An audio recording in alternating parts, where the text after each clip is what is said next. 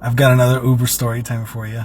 I like to refer to this ride as my Drunk Mary Poppins ride. So I was driving out on a Friday night, and Friday night people are out drinking, having fun, and it's pretty busy. So I got a ride from a lady. I can't even remember her name genuinely, but I got a ride request, and so I started to go.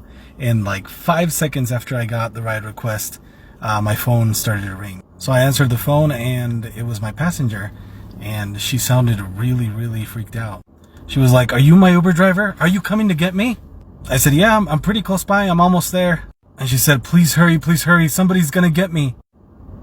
I'm almost there. I was literally around the corner to come pick her up. And she said, okay, please stay on the line with me. So I said, okay. And as I was turning the corner, I could see there was a car parked, and there was the driver's door open. And the lady was looking out and looking around, basically looking for me. And she said, Is that you behind me?"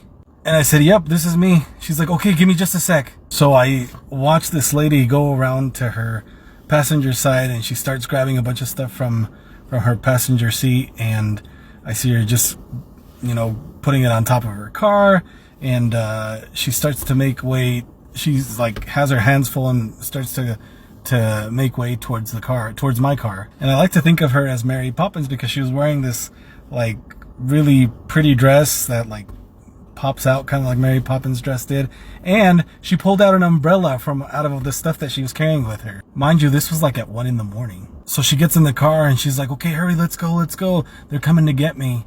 And I look around and I don't see anybody, and I was like, "Oh, who's coming to get you?" And she's like, "These guys, they were after me, and I think they left, but they were after me, I promise." And so I was like, "Okay, no worries, I'll take you home." I didn't even ask her why she had her car, or why she needed to take all her stuff out. I mean, no questions asked. I'm doing my job, so whatever.